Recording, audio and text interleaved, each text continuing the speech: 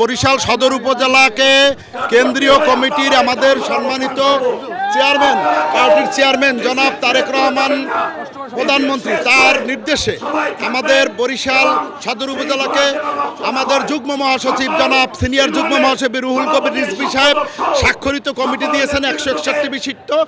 এই কমিটিকে সবাই আজকে আইসা আমরা প্রধানমন্ত্রী এবং যুগ্ম মহাসচিব আমাদের অ্যাডভোকেট মুজিবুর রহমান সরওয়ার, আমাদের বরিশাল বিভাগীয় সাংগঠনিক নেতৃবৃন্দ এবং বরিশাল জেলা দক্ষিণের সংগ্রামী আহ্বায়ক সদস্য সচিবকে শুভেচ্ছা জানিয়ে আমরা এই বক্তব্য এখানে আমরা মিছিল করতেছি, শুভেচ্ছা মিছিল করতেছি। আমাদের তারেক রহমান আমাদের প্রধানমন্ত্রী বলছেন জনগণের সঙ্গে রাখুন, জনগণের সঙ্গে থাকুন।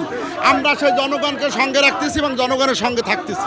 আমাদের চাওয়া পাওয়া হলো এই দলকে সুসংগঠিত করে সদর উপজেলার সকল স্তরের নেতৃবৃন্দকে আমরা একত্রিত করে দলটাকে সুসংগঠিত করব।